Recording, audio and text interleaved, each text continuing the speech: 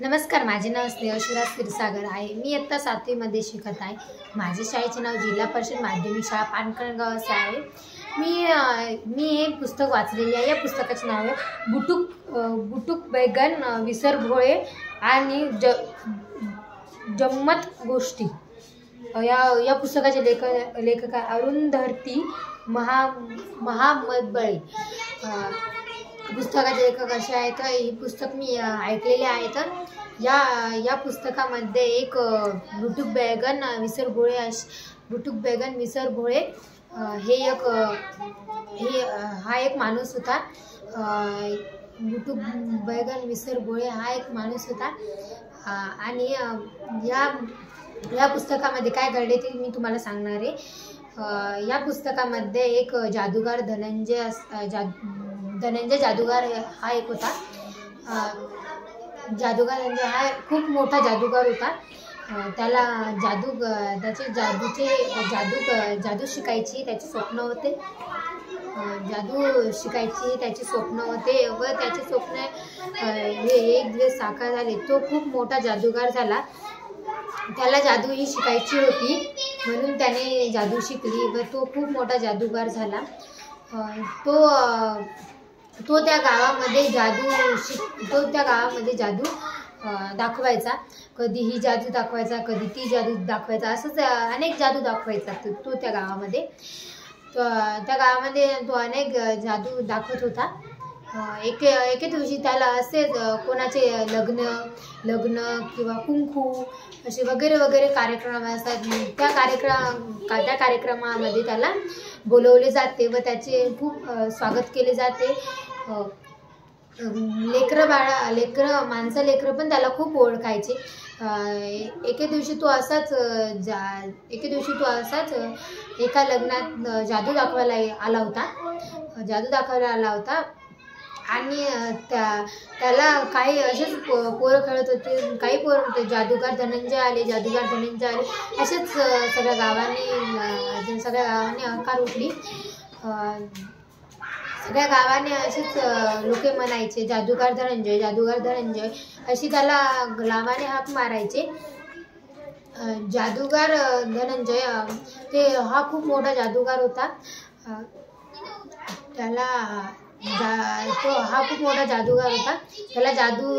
त्याची जादू ही खूप मोठी होती। तो एके दिवशी लग्नात आला व त्याने काही माणसे एका जागी गोळा झाली होती व त्याने एका टोपीतून एक बदक काढला।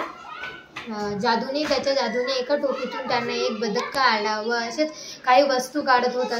त्याने त्याच्या जादूने काही अशाच वस्तू काढल्या व त्याची जादू संपून तो त्याच्या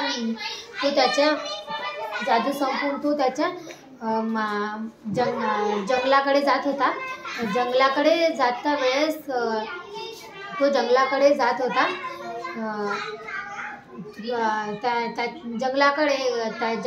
त्या जंगलात एक छोटीशी झोपडी होती। तिथे त्याची आजी राहत होती। जादूगार धनंजयची तेथे आजी होती। तो त्याचा सर्व वस्तू जादूची टोपी छडी वगैरे असे खूप सारे म्हणजे असे खूप सारे असे वस्तू होते त्याच्या। तो त्याच्या सर्व वस्तू घेऊन जादूच्या रस्त्याने गेला होता। जादूच्या रस्त्याने जात होता। धनंजय जात होता। त्याला त्याच्या आजीच्या घरी जायचे होते। तो त्याच्या आजीच्या घरी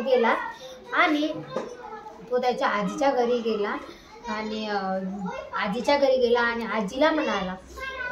आजी म्हणाली, काय रे तू येतोस पण हा सगळा पसारा काऊन घेऊन येतो?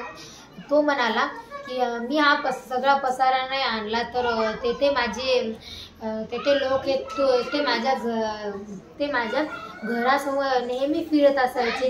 जर त्यांना माहीत झाले की मी माझ्या आजीच्या घरी गेले तर ते माझी जादूचे सर्व सामान रिकामे करून माझं सगळं घर खाली करून जातील। ते लोक आणि धनंजय असंच नेहमीप्रमाणे असंच बोलायचा. तो त्याच्या आजी म्हणाली, एक बुटुक बैगन विसर गोळा असा एक माणूस आहे. बुटुक बैगन विसर गोळा हा एक माणूस आहे. तो खूप म्हणजे बुटका होता. तो खूप कामं करत, तो एकटाच राहायचा घरात. त्याचे घरही छोटे, तो बी छोटा, असा एक माणूस होता. त्याच्या आजीने तो त्याच्याकडे जाय आणि एक जादूची केरसुनी म्हणजे जादूचा झाडू घेऊन ये. त्याच्या भाषेत झाडूला केरसुनी म्हणत होते. जादूची केरसुनी घेऊन ये. ते त्याच्या आजी त्याला म्हणाली. तो म्हणाला ठीक आहे, त्याचं घर कुठे आहे, त्याचा पत्ता मग त्याच्या आजीने त्याला पत्ता सांगितला. तो त्याचं घर सापडत तो त्याच्या घरी गेला. त्याने त्याचे दरवाजे टकटक असे वाजवले.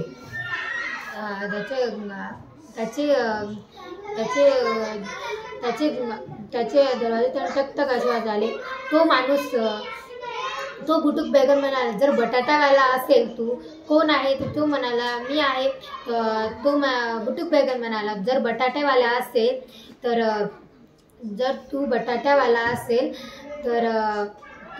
तू जर बटाट्यावाला असेल तर बटाटे बाहेर ठेव. तो म्हणाला नाही, मी बटाट्यावाला नाही. तर तो म्हणाला तू जर धोबी असेल तर कपडे बाहेर ठेव. तो म्हणाला मी धोबीही नाही. तो म्हणाला मी जादूगार धनंजय आहे. तुम्हाला जर ही गोष्ट आवडली असेल, तुम्हाला ही गोष्ट आवडली, मला ही गोष्ट आवडलेली आहे, मी तुम्हाला गोष्ट सांगितली. धन्यवाद.